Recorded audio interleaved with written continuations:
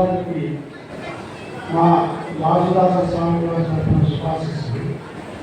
ఆంధ్రవారి శ్రీ వాసుదాస స్వామి వారు రామాయణం 24 శ్లోకాలు 24 పద్యాలు కథాపండిలో విశేష అర్థంలో రచించి ముఖ్యమైన దేవాలయం పూర్వీకరించారు.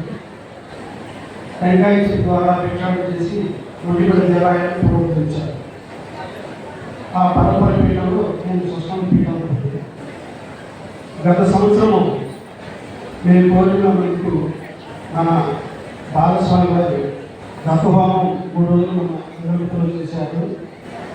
అయోధ్య బాలరాముని యంత్రము చిదంబరి శాస్త్రి గారి చేత పూజించమని యంత్రము నేను కోరితే వచ్చి మన ఆశ్రమం పూజ చేసి అక్కడ వాట్సాప్ ద్వారా కొన్ని కోట్ల మంత్రం కారవలసిన మంత్రములు తీసుకొని అయోధ్య రాముని పాదాలను చేరింది. ఇదంతయు వాసుదాస స్వామి అనుగ్రహము, చిదంబరి శాస్త్రి గారి అనుగ్రహం.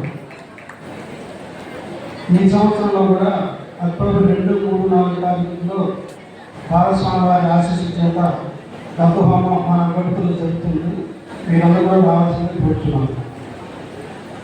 ఈరోజు భగవద్గీత పారాయణ. భగవద్గీత ఎందుకు చదవాలి?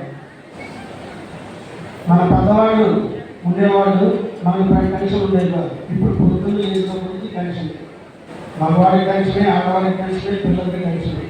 ఈ టెన్షన్లో ఏం చేయాలో తెలియదు. దానికోసం దానికి టెన్షన్ తగ్గించేదే భగవద్గీత.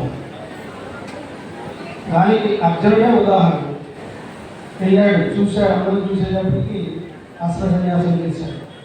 అట్లానే మనం కూడా మన జీవితంలో వచ్చే సమస్యని తట్టుకోలేక ఏం చేయాలి అనే బాధతో బాధపడుతున్నాం. పెద్దవాడు పిల్లలైతే ఆ టెన్షన్ తట్టుకోలేక ఆత్మహత్య చేసుకుంటున్నాం. ఇవన్నిటికీ పరిష్కార మార్గం మన భగవద్గీతలోనే దొరుకుతుంది. పెద్దవాళ్ళు కానీ, ఆడవాళ్ళు కానీ, పిల్లలు కానీ చిన్నప్పటికీ భగవద్గీత నేర్పితే వాటికి టెన్షన్ ఉండదు. ప్రపంచమే శాంతంగా ఉంటుంది. దాంట్లో భగవద్గీతలో అర్జునుడికి కృష్ణుడు యుద్ధం నేర్పలేదు, ఎట్లా ప్రశాంతంగా ఉండాలి అని నేర్పాడు. మనకి ఇప్పుడు ప్రపంచంలో దొరకని ప్రశాంతత ఒకటే. ఆ ప్రశాంతత ఒక భగవద్గీత ద్వారానే వస్తుంది. మన మనసు ప్రశాంతంగా ఉంటేనే మంచిగా ఆలోచిస్తాం. చిన్నదానికి పెద్దదానికి టెన్షన్ పెట్టి అప్పుడు నిర్ణయాలు తీసుకొని కుటుంబం చిన్నపిల్లలైపోయి అనేక సమస్యలతో బాధపడుతున్నాం. అదే భగవద్గీత చదువుతున్నట్టయితే ఎట్లా ప్రశాంతంగా ఆలోచించాలని, జరిగింది వదిలేసి నెక్స్ట్ స్టెప్ ఎట్లా తీసుకోవాలి అనే ఆలోచన కలిగించిందే కృష్ణుడు. ఆ కృష్ణ భగవానుడి వల్లే మనకి ఆలోచన మంచి జరుగుతుంది.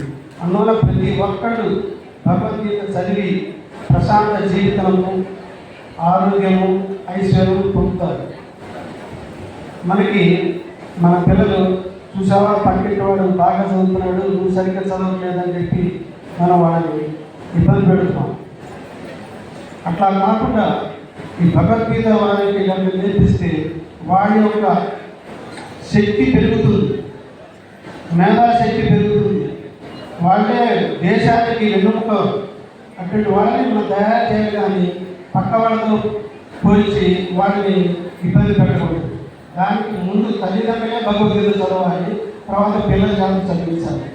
తల్లిదండ్రులు చదివి పిల్లలు చదివితేనే వాటికి మంచి ఆలోచనలు వస్తాయి. వాడికి ఆడుకోవాలి, మనకి ఆడుకోలేదు. వాడు పోలీసుడు అయ్యాడు, మన పోలీసుడు లేదు. వాడు అమెరికా అయ్యాడు, మన అమెరికా లేదు. ఇవి కాదు, మనం ఎట్లా డెవలప్ కావాలి అనే దానికి భగవద్గీత చదివితే మీకు బాగా తెలుస్తుంది. మానసిక ప్రశాంతత వస్తుంది. అసలు మనం ఏమిటి అనేది తెలుస్తుంది.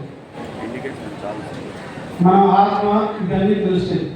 ఫస్ట్ చిన్న ఒక్కొక్క స్టెప్గా 10 స్టెప్పులు వెళ్తే చివరికి మనదేం లేదు, అంతా భగవంతుడి చేతిలో ఉంది. మనం చేస్తున్నాము కాదు, భగవంతుడికి ఆయనకి అర్పించాలి, మనం నిమిత్త మాత్రమే అని చెప్పేసి మనము చేసుకుంటూ పోతుంటే భగవద్గీత వల్ల మనశ్శాంతి దొరుకుతుంది, ప్రపంచ శాంతి దొరుకుతుంది, ఆరోగ్యం దొరుకుతుంది. కాలాన్ని వల్ల కొద్దిగా ముగిస్తున్నాను. జై శ్రీరామ్.